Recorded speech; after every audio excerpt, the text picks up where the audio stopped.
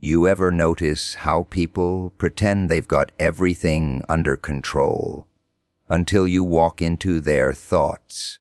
Funny thing is, you don't even have to say a word. Your existence alone.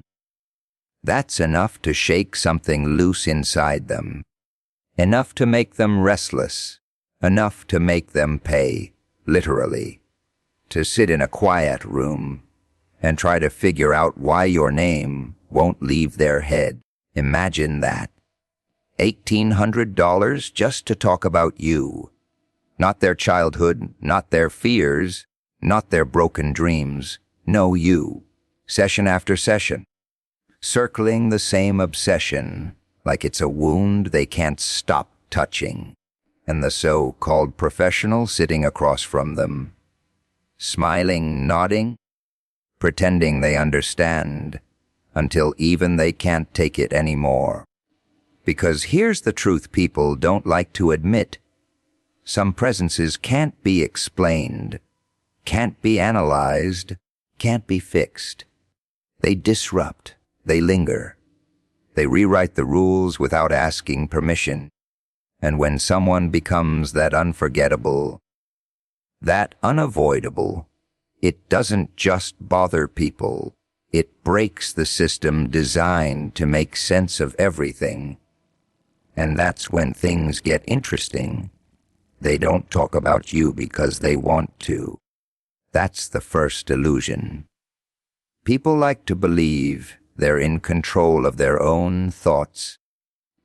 That what they focus on is a choice, something they can switch on and off like a light. But obsession doesn't work like that. It creeps in quietly, unnoticed at first, like a crack forming in glass.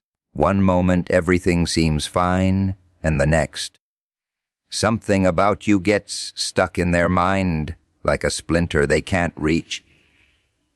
You didn't ask for their attention. You didn't beg for their validation. You didn't stand there screaming for recognition. And that's exactly what unsettles them. Because when someone tries too hard, it's easy to ignore them, easy to label them, easy to dismiss them. But when someone doesn't try at all, when they simply exist and still manage to take up space in your thoughts, that's when it starts to feel dangerous. They replay moments, conversations, silences. Even the things you didn't say become louder than anything you ever could have. They start filling in the blanks, creating stories, building entire narratives just to make sense of why you affect them the way you do. But the harder they try to understand it, the deeper they fall into it. It becomes a loop, a cycle. Thought chasing thought with no resolution in sight. And that's where obsession begins to take shape. Not as admiration, not as curiosity, but as something heavier. Something that demands attention. They wake up thinking about you without realizing it. They catch themselves drifting back to you in the middle of their day. It interrupts them, distracts them, slowly takes control of spaces in their mind that were never meant to be occupied by anyone else. What really bothers them isn't you. It's what you represent.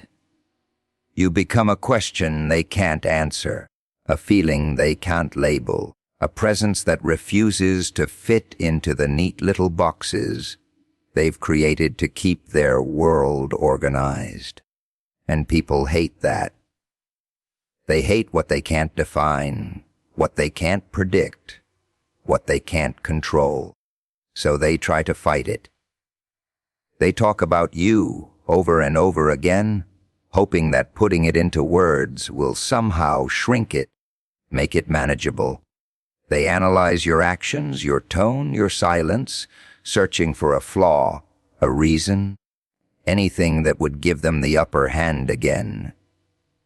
But every attempt just pulls them deeper, because obsession doesn't weaken when you feed it attention. It grows stronger. It starts affecting them in ways they don't want to admit. Their mood shifts. Their focus breaks. Their sense of control slips little by little. And the worst part is, they know it.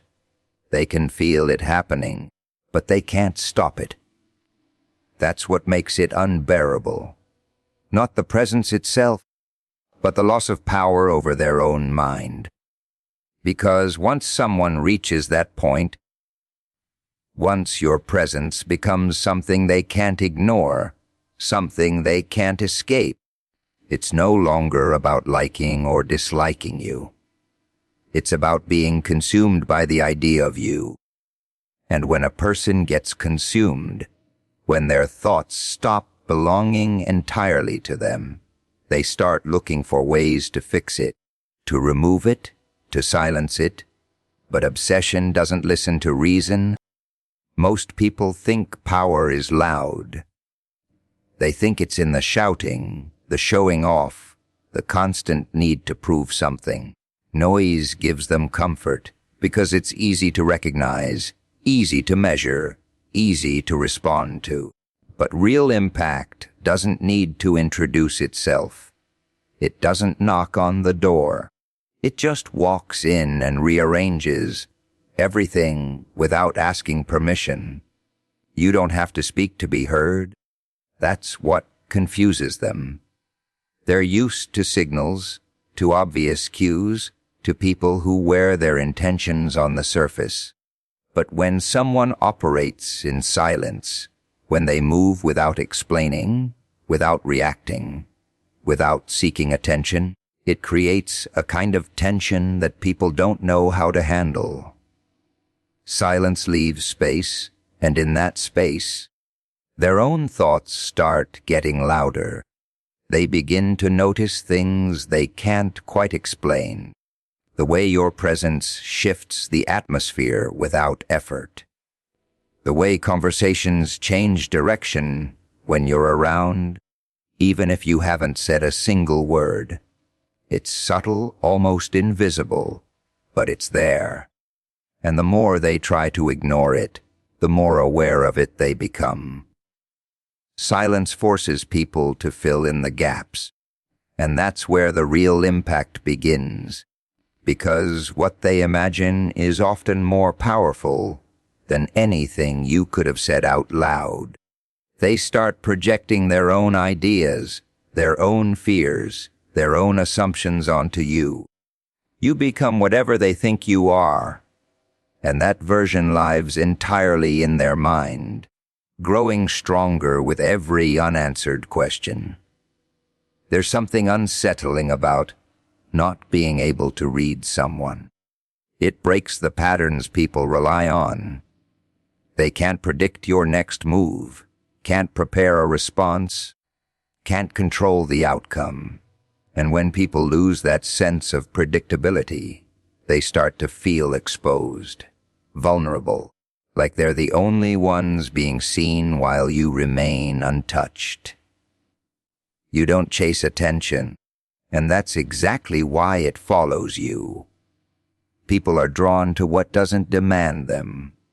They circle around it, trying to understand it, trying to get a reaction, trying to confirm that what they're feeling is real. But the less you give them, the more they lean in. The absence of noise becomes louder than anything they've ever heard.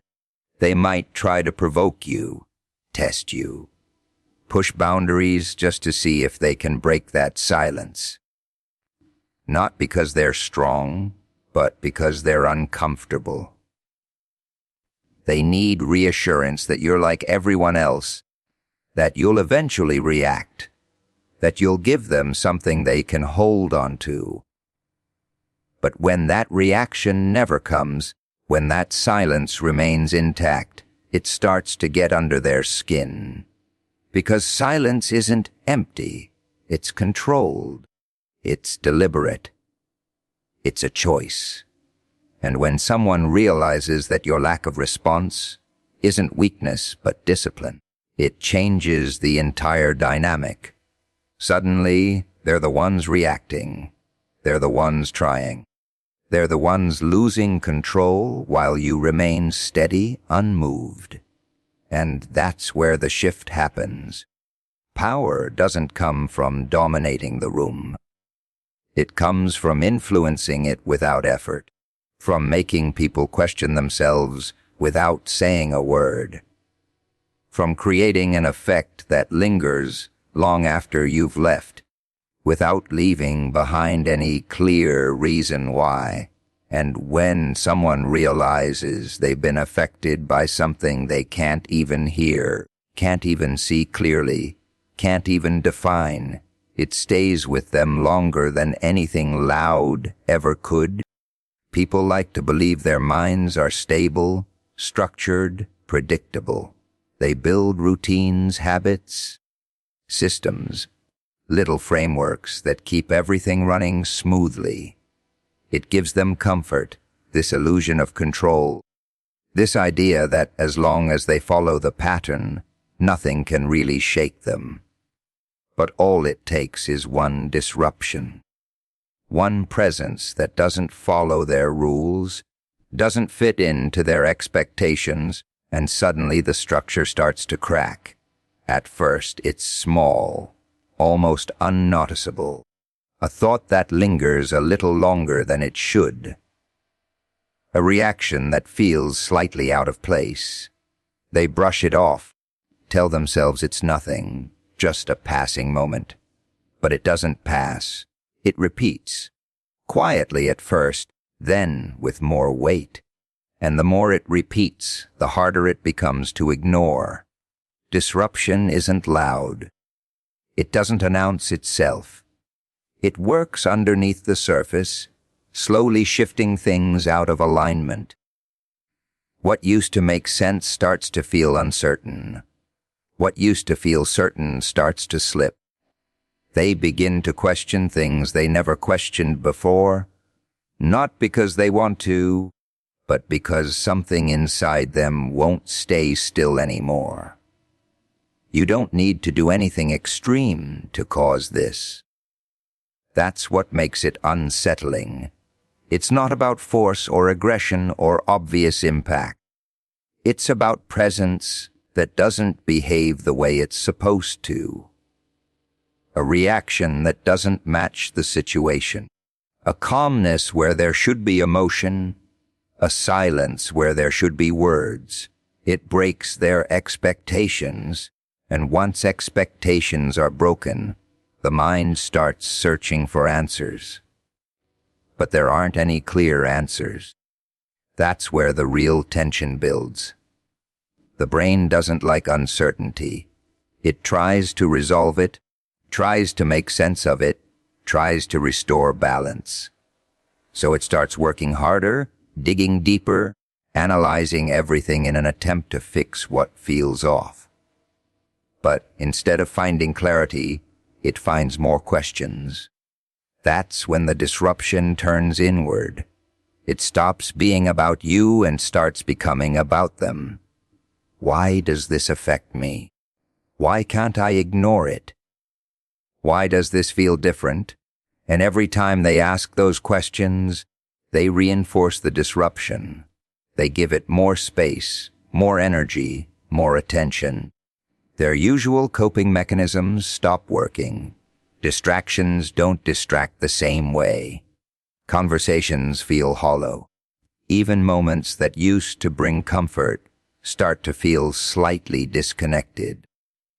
It's like something has shifted just enough to throw everything out of sync, but not enough for them to point at it and say, "That's the problem." And the more they try to fix it, the worse it gets. Because disruption isn't something you solve by force. It doesn't respond to pressure or urgency. It feeds on it. Every attempt to regain control becomes another sign that control is slipping. Every effort to restore balance only highlights how unbalanced things have become. They start noticing patterns where there aren't any, reading into details that never mattered before, replaying moments overanalyzing expressions, trying to decode something that was never meant to be decoded. It becomes exhausting, but they can't stop. Because once the mind is thrown off its axis, it keeps trying to find its center again. And somewhere in that process, something changes. Not all at once, not dramatically, but gradually. The way they think, the way they react, the way they see things, it all starts to shift. The disruption becomes part of them, woven into their thoughts, shaping their perspective without them even realizing it. And by the time they notice how deep it's gone, it's already too late to pretend everything is the way it used to be. People are comfortable with influence when they can trace it. When they can point to a cause, label it, categorize it, and move on. It makes them feel safe, like everything operates within rules they understand. But when influence shows up without a clear origin, without a visible effort, without a reason they can hold on to, it starts to feel wrong. Not dangerous in an obvious way, but unsettling in a way they can't quite explain. You don't announce it. You don't build it step by step in front of them. It's already there before they realize it exists. That's what makes it unexplainable. There's no moment they can go back to and say, "That's when it started." No clear interaction they can isolate and break down. It just appears, fully formed, sitting in their thoughts like it's always belonged there. They try to rationalize it. That's the first instinct. There must be a reason. There must be something you did, something you said, something that triggered this reaction. But the more they search, the more they come up empty. And that's when the discomfort begins to grow. Because if there's no reason, then there's no control. And if there's no control, then it can't be managed. It doesn't behave like normal influence. It doesn't fade when ignored. It doesn't weaken with distance. If anything, it gets stronger the less they engage with it directly. It lingers in the background, quiet but persistent, like a thought waiting for the right moment to surface again. And when it does, it feels just as strong, if not stronger, than before. They start to question themselves instead of questioning you. Maybe it's something wrong with me. Maybe I'm overthinking. Maybe I'm imagining things. But even that doesn't solve it, because the feeling doesn't go away. It stays consistent, steady, unaffected by their attempts to dismiss it. And consistency without explanation is what makes it hard to ignore. There's no pattern to follow, no behavior to predict. You don't react the way they expect. Don't respond the way others would. Sometimes there's nothing at all, just absence where there should be something. And that absence becomes part of the influence. It creates space for their mind to wander, to fill in the gaps with its own interpretations, its own assumptions. What they imagine starts to feel real, more real than anything you've actually shown. And because it comes from their own mind, it feels personal, tailored, like it was designed specifically for them, even though it wasn't. That's the strange part about unexplainable influence. It adapts without effort. It becomes whatever they need it to be in order to stay relevant. They might try to detach from it, convince themselves it doesn't matter. But detachment requires clarity, and clarity is exactly what they don't have. Without understanding the source, they can't fully separate from it. It becomes something they carry, not because they want to, but because they don't know how to put it down. And the longer it stays, the deeper it settles. It starts affecting decisions, reactions, even the way they see other people. Not in obvious ways, not in ways they can easily identify, but in subtle shifts that change the direction of their thinking. It becomes part of their internal process, influencing them from the inside out. And the most unsettling part is that they can't confront it. You can't argue with something you don't understand. You can't fight something you can't define. So it stays there, quiet, steady, impossible to fully grasp, shaping their thoughts without ever revealing how or why it got there. People build systems inside their minds to stay in control. Little frameworks that tell them what's right, what's wrong, what makes sense, what doesn't. These systems aren't random. They're carefully constructed over time, shaped by experience, reinforced by repetition, and protected by certainty. They rely on patterns, predictability, cause and effect. If this happens, then that follows. It keeps everything stable, manageable, safe. But those systems have a weakness. They only work when everything behaves the way it's supposed to.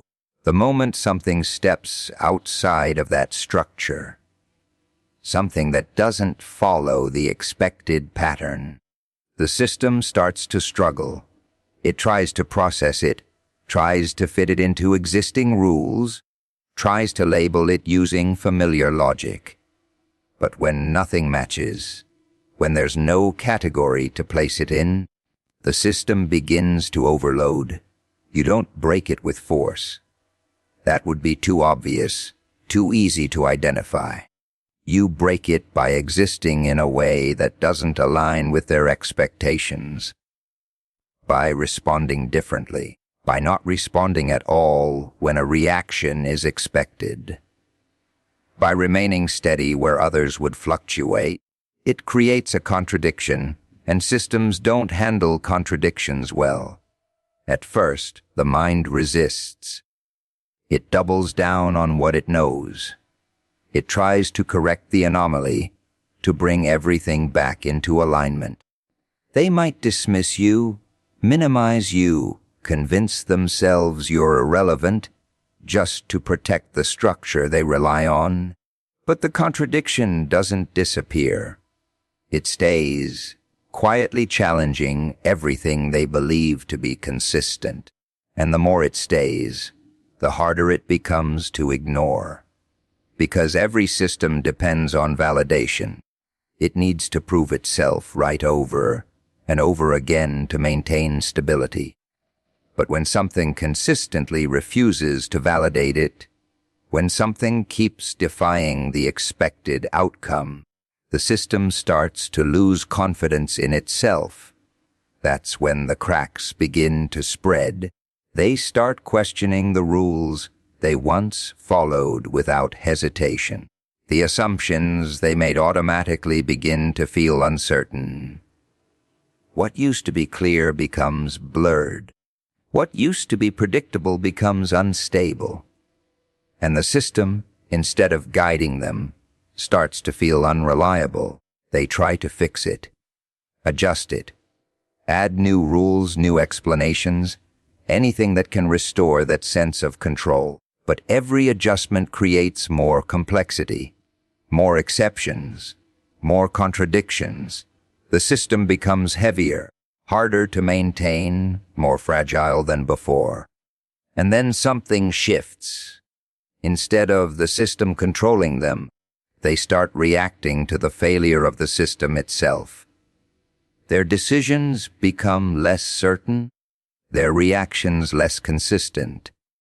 They hesitate where they used to be confident, overthink where they used to act instinctively, because now every choice feels like it could expose another flaw in the structure they depend on. That's the moment where control starts slipping away. not in a dramatic collapse, but in subtle instability. A hesitation here, a doubt there, small fractures that spread quietly until the entire framework feels uncertain. And when a system built on certainty begins to question itself, it can't function the same way anymore. What makes it more unsettling is that they can't isolate the cause. They can't point to a single moment or a single action and say, that's what broke it, because it wasn't one thing. It was the accumulation of contradictions, the constant presence of something that didn't fit, didn't follow, didn't obey the rules they trusted. And once a system loses its ability to explain what's happening, it stops being a source of control. It becomes something they have to manage, something they have to work around, something that no longer feels solid beneath them.